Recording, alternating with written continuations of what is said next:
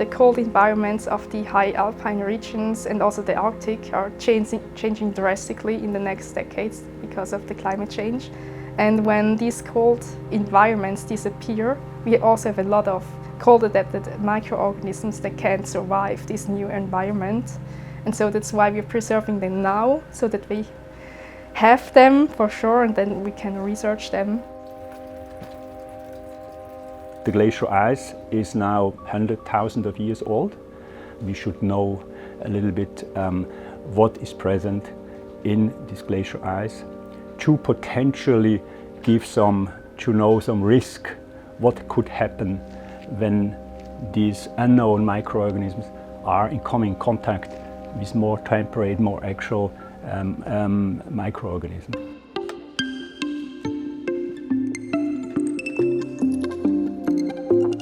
We do genetic analysis, but we do also cultivation. We bring the organisms directly in cultures here in the lab, so we have living cultures, and then we can study and characterize interesting metabolic pathways of these organisms. On here on this filter are now the viruses that we filtered. So what we do basically is we cut up the filter in smaller pieces.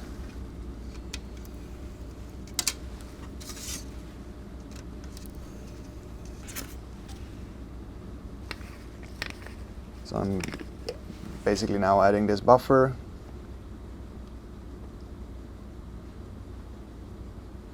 Now I'm just going to put these viruses in a room that is at 4 degrees. It's just a big fridge because we want to keep them always cold.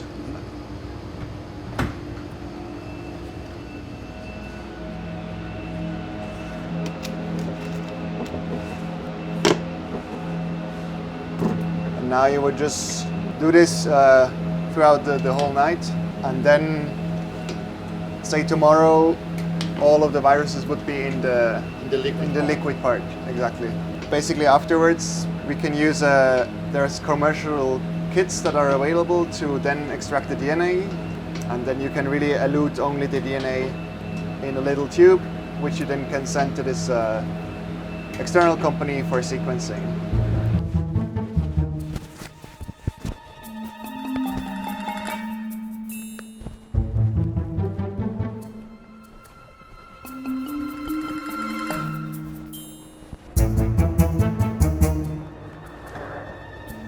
We have bacteria and fungi, around 1,500 isolates.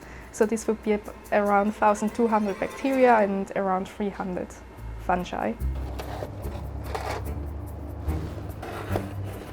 They come mostly from Switzerland. Some are from permafrost floors and some are from the soil that is on top of the permafrost. And then we also have a few that come from a glacier environment. And then we have some others that are not from Switzerland, but from northern Greenland or Svalbard, so from Arctic environments. So at the moment we are screening these microorganisms for plastic degradation to see whether we have some isolates that could potentially degrade plastic. And we also screen them, for example, for antibiotic production. Here is an electronic microscope. So everything you put under the microscope will be displayed on this display. And currently on the display is an antibiotic test. Here on the right side you see a bacterium, which is an isolate from the biobank. And then on the left side there's a fungi growing. But here in the center we have an area where the fungi doesn't grow. And so this shows that this bacteria secretes some antibiotic that inhibits this fungi from growing.